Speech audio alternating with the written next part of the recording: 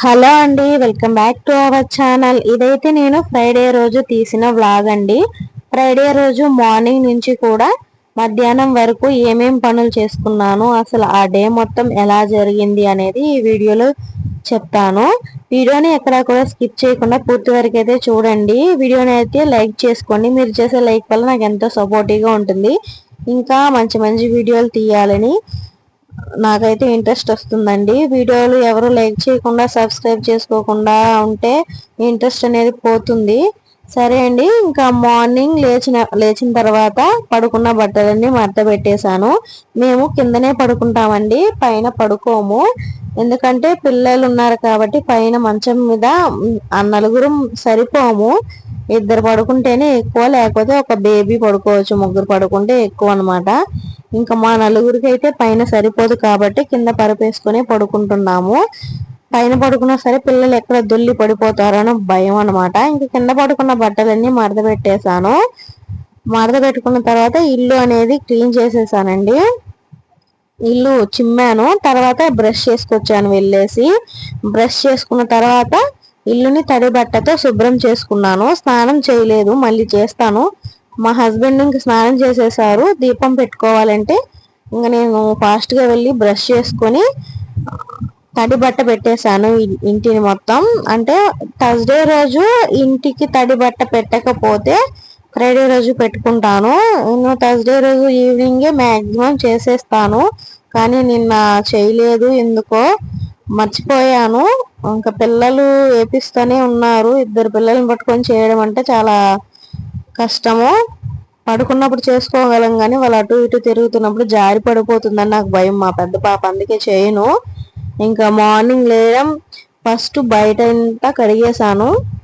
తర్వాత ఇంట్లో బ్రష్ చేసుకొచ్చి నిదానంగా ఇంట్లో అనేది మాప్ అనేది పెట్టేశాను అనమాట. నేను మాప్ పెట్టిన వెంటనే మా హస్బెండ్ దీపారాధన చేసుకున్నారు. ఇప్పుడు ఇంట్లో పూజలు వ్రతాలు అలాంటివి ఏమి చేయకూడదు. అదే మాకు అంటూ అనేది వచ్చిందని చెప్పాను కదా, 3వ నెల విస్తరి వేసిన తర్వాత పూజలు అవన్నీ చేసుకోవచ్చు. జస్ట్ దీపారాధన మాత్రం చేసుకోవాలి. కర్పూరం కానీ సాంబ్రాణి కానీ వెలిగించకూడదు అని చెప్తున్నారు. మరి మీ సైడ్ ఎలాగా పాటిస్తారు అనేది నాకైతే కామెంట్ చేయండి. మా సైడ్ మాత్రం ఇలా చెప్పారు. ఇంకా 3rd మంత్ విస్తరి వేసేసిన తర్వాత ఏమైనా పూజలు కానీ వ్రతాలు కానీ చేసుకోవచ్చంట. మా హస్బెండ్ అయితే దీపారాధన చేసుకున్నారు. స్నానం చేసేసి వచ్చి ఆయన పని మీద బయటకు వెళ్ళేటప్పుడు ఆయనే దీపారాధన చేసుకుంటారు. అలా చేసుకోవడం చాలా మంచిది. ఇంటి యజమాని పూజ చేసుకుంటే ఇంకా మంచిదంట. ఫ్రైడే రోజు మాత్రం నేను ప్రత్యేకంగా పూజ చేసుకుంటాను. ఏదైనా ప్రసాదం అలాంటివి చేసి అమ్మవారి దగ్గర పెట్టుకుంటాను. ఇంకా మా హస్బెండ్ అయితే షాప్కి అంటే పెరుగు తీసుకురమ్మన్నాను, ఇంకా వెళ్ళేసి వస్తానని చెప్పారు. సరే అని మా పెద్ద పాప కూడా ఆయనతో పాటు వెళ్ళింది. నేను ఇంకా వాషింగ్ మిషన్లో బట్టలు వేయాల్సిందంటే వేసేసి వాషింగ్ మిషన్ ఆన్ చేసేసి వంట రూమ్లోకి అయితే వెళ్ళాను. వాషింగ్ మిషన్లో బట్టలు వేసేసి ఆన్ చేస్తే తన పని అదే మిషన్ పని మిషన్ చేసుకుంటూ ఉంటుంది.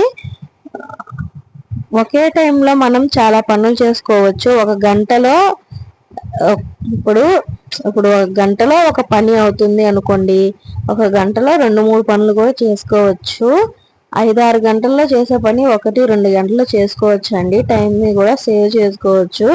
కొందరు వాషింగ్ మిషన్లో బట్టలు వేసి అలా కూర్చొని ఆ బట్టలు ఆరేసేసి మళ్ళీ వంట దగ్గరికి వెళ్ళి వంట చేసి వంట అయిన తర్వాత మళ్ళీ గిన్నెలు తోముకొని ఇలాగా టైం వేస్ట్ చేస్తూ ఉంటారు. ఒకేసారి ఒక 3-4 పనులు చేసేసామనుకోండి, మనకి టైం కలిసి వస్తుంది.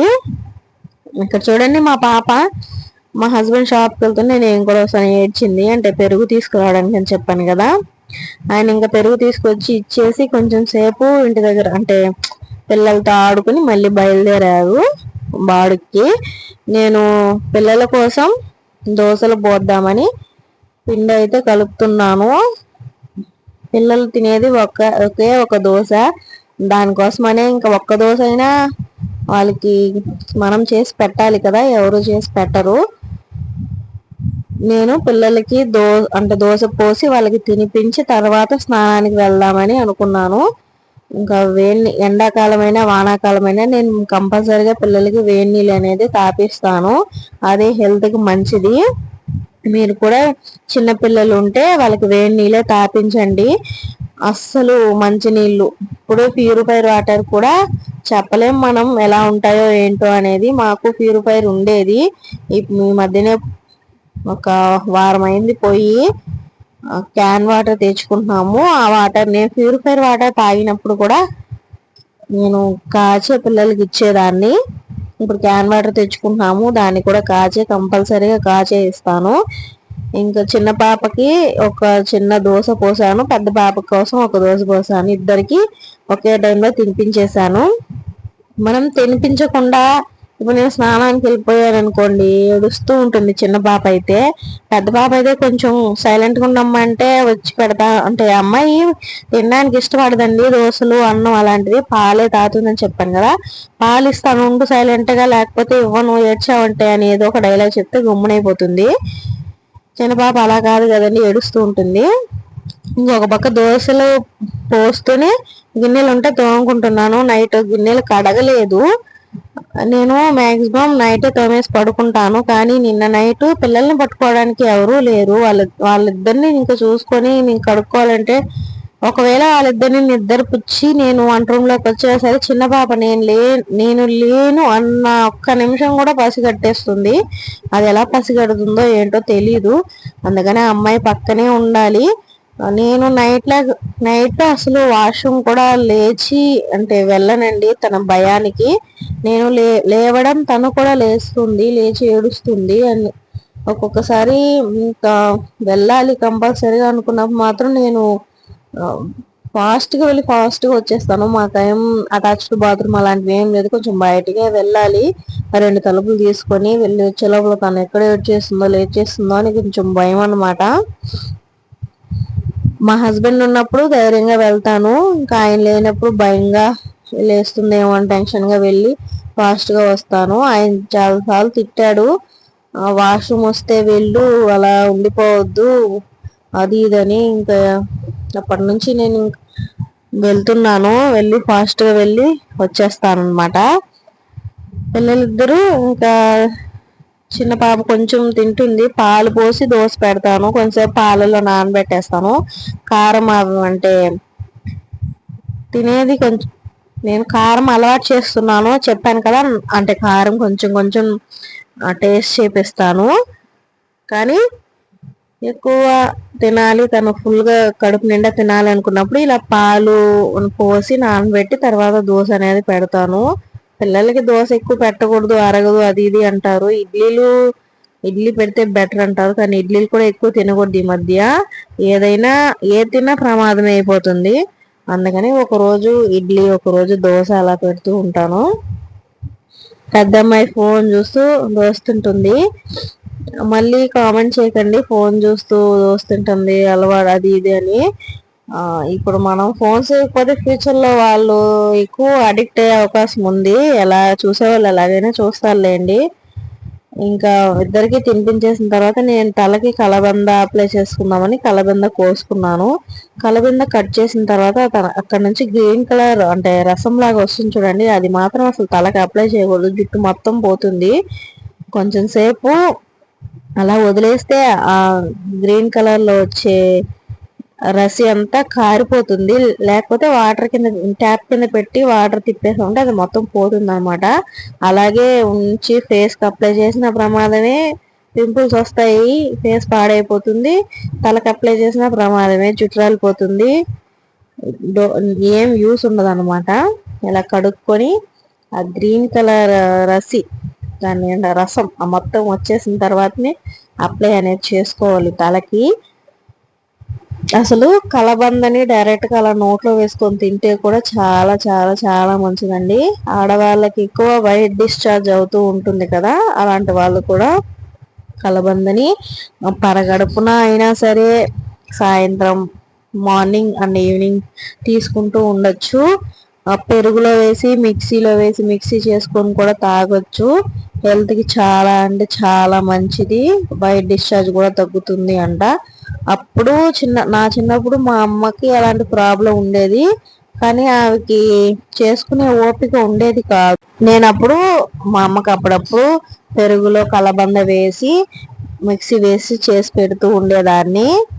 మా అమ్మ, నేను చాలాసార్లు చెప్పాను మ్యారేజ్ అయిపోయి వచ్చేసిన తర్వాత కూడా, నువ్వే చేసుకొని తాగేమమ్మా అంటే, నాకు అంత ఓపిక లేదమ్మా అది ఇది అంటుంది. చాలా మంచిదండి హెల్త్ కి తాగడం వల్ల. ఇప్పుడు మీరు ఎవరైనా వీడియో చూసి మీకు తెలిసిన వాళ్ళకి ఇలాంటి ప్రాబ్లం ఉంటే కనుక కంపల్సరిగా వాళ్ళతో షేర్ చేసుకోండి. చాలా అంటే చాలా బెనిఫిట్స్ ఉంటాయి. మింగేటప్పుడు కొంచెం స్మెల్లీగా ఏదో విధంగా ఉంటుంది, కానీ చెడుగా చేదుగా ఉండేవి ఒంటికి మంచివండి. తీయగా మనకి ఇష్టంగా ఉండేవి ఎప్పుడు ఒంటికి మంచిది కాదు. ఇంకా కలబంద అప్లై చేసుకున్న తర్వాత 1/2 అవర్ అలాగే జుట్టు ముడి వేసి ఉంచాను. ఈ లోపల వాటర్ పట్టాల్సింది ఉంటే పట్టేసి వచ్చానన్నమాట. ఇంకా 1/2 అవర్ దానికి సరిపోయింది. తర్వాత స్నానం చేయడానికి వెళ్ళాను. తల స్నానం చేసుకొచ్చి పౌడర్ రాసుకొని రెడీ అయ్యి దగ్గరలో ఉన్న టెంపుల్ దగ్గరికి వెళ్ళి అక్కడ దీపాలు అవి తోమేసి ఇంకా దీపాలు తోమేసి ఇచ్చేసి వచ్చేసాను. పెద్ద పాపకి స్నానం చేయించాల్సింది ఉంటే వచ్చి తనకు స్నానం చేపించి రెడీ చేసుకొని మళ్ళీ తనని తీసుకొని వెళ్ళాను గుడి దగ్గరికి. వెళ్ళి ఇంకా దండం పెట్టుకొని ప్రసాదం అవి తీసుకొని ఇంకా వచ్చేసాము ఇంటికి. రాగానే ఇంకా బట్టలు అవన్నీ ఉన్నాయి, అయిపోయాయి. వాషింగ్ మిషన్ లో బట్టలు తీసి ఆరేసుకున్నాను.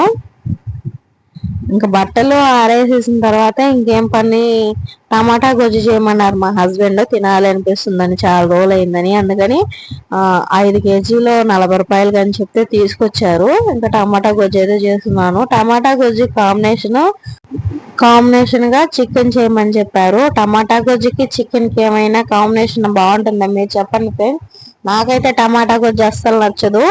ఇంకా ఆయన ఇష్టం ఎందుకు కాదనాలి అనేసి తీసుకురమ్మని చెప్పాను. టమాటా గొజ్జు అండ్ చికెన్ ఫ్రై చేయమన్నారు.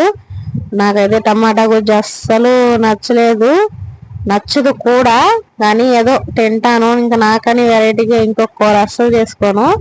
నేను ఈ మస్కరా తీసుకొని చాలా ఒక 1 ఇయర్ పైన అయిపోయింది. 1 ఇయర్ 2 ఇయర్స్ అయిపోయింది. వేస్ట్ గా పడేయడం ఎందుకని ఇప్పుడు అప్లై చేసుకుంటున్నాను.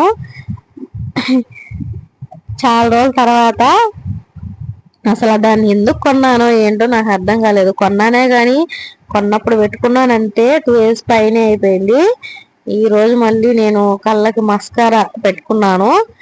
కళ్ళకు కాటుకు పెట్టుకోవడం అంటే ఇష్టం, కానీ పెట్టుకున్న తర్వాత నేనే మళ్ళీ కళ్ళని నలిపేస్తూ ఉంటాను. కళ్ళంతా స్ప్రెడ్ అయిపోతుంది.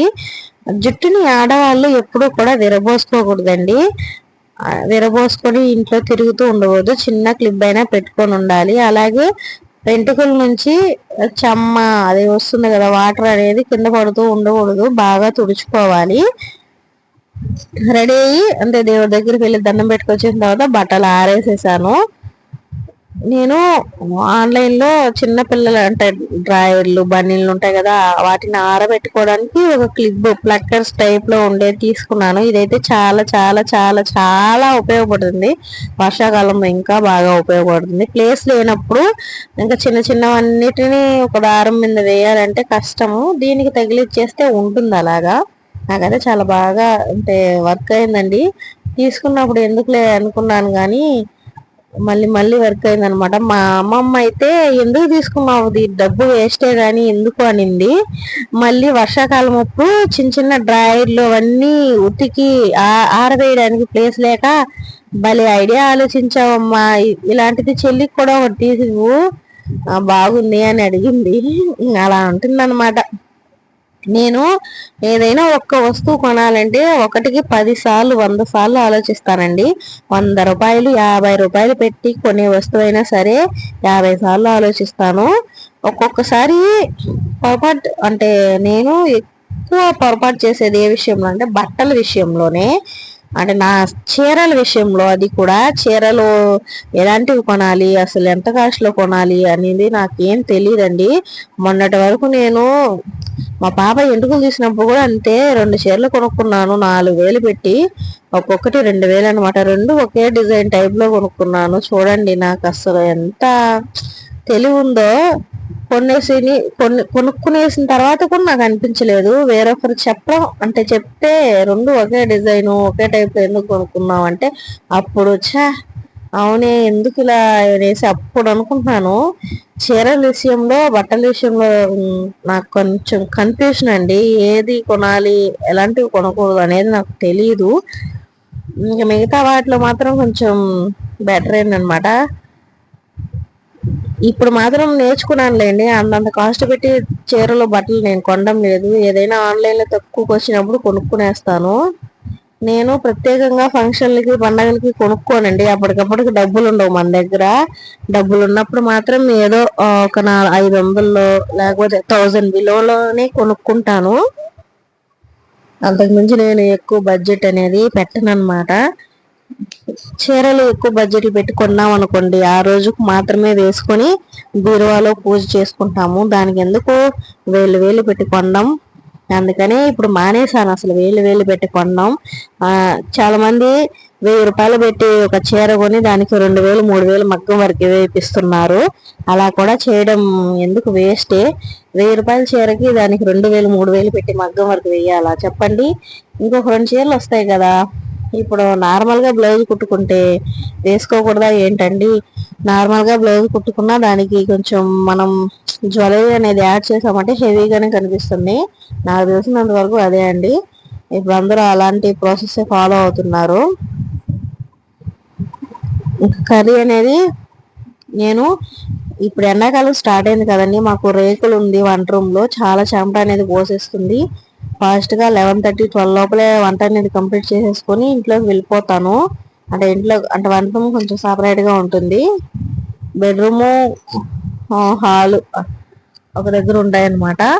ఒక టీవీ ఉంటుంది కదా ఆ ప్లేస్ లో అక్కడండి నేను వంట చేసుకొని ఇంక లోపల పిల్లలు తీసుకొని వెళ్ళిపోతాను. టమాటా గుజ్జు అయిపోయిన తర్వాత చాలా టైమే పడుతుందండి. టమాటా గుజ్జు 1 అవర్ అవుతుంది. ఇది బాగా వాడిచేలోపు లాస్ట్ మినిట్ లో కొంచెం మాడిపోయింది. అంటే చూసుకోలేదు పిల్లలతో అటు ఇటు తిరుగుతూ. టమాటా గొజ్జిన తర్వాత చికెన్ అనేది చేసేసాను. చికెన్ ని కొంచెం సేపు బాయిల్ చేసి వాటర్ వంపేసి మళ్ళీ ఫ్రై చేసుకున్నాను. చికెన్ ఫ్రై తీయలేదండి వీడియో. ఎన్నిసార్లు చేసిన చికెన్ ఫ్రై కదా. నేనైతే చాలా సింపుల్ గా చేస్తాను. ఒక ఆనియన్ ఒక టమాటా వేసుకుంటాను. ఒక్కొక్కసారి ఆనియన్ ఏమి వేయను, అలా ఫ్రై చేస్తాను అనమాట. చికెన్ ఫ్రై తీసాను అనుకుంటా వీడియో. సరే చూడాలి అనుకుంటే చూడండి, దీని తర్వాత పెడతాను ఉండండి, చూద్దాము తీసానో లేదో. లేదండి వీడియో ఏం తీయలేదు. ఇంకా చికెన్ ఫ్రై చేసేసాను, అన్నం వండేసాను, అంతే అండి. ఈరోజు మధ్యాహ్నం ఫ్రైడే రోజు మధ్యాహ్నం వరకు అంటే మధ్యాహ్నం మా ఇంట్లో లంచ్ అయితే ఇది. ఇంకా వంట అయిపోయిన తర్వాత మా హస్బెండ్ ఇప్పుడు వస్తారా అని వెయిట్ చేసి ఆయన రాగానే ఇంకా తినేసి టీవీ చూస్తూ ఉన్నాము. అంతే అండి ఈ వీడియో. నా వీడియో నచ్చితే లైక్ చేసుకోండి, షేర్ చేసుకోండి. మన ఛానల్ తప్పకుండా సబ్స్క్రైబ్ అయితే చేసుకోండి. Please subscribe my channel. ఇంకా మంచి మంచి వీడియోస్తో మళ్ళీ కలుస్తాను. అంతవరకు బాయ్ బాయ్.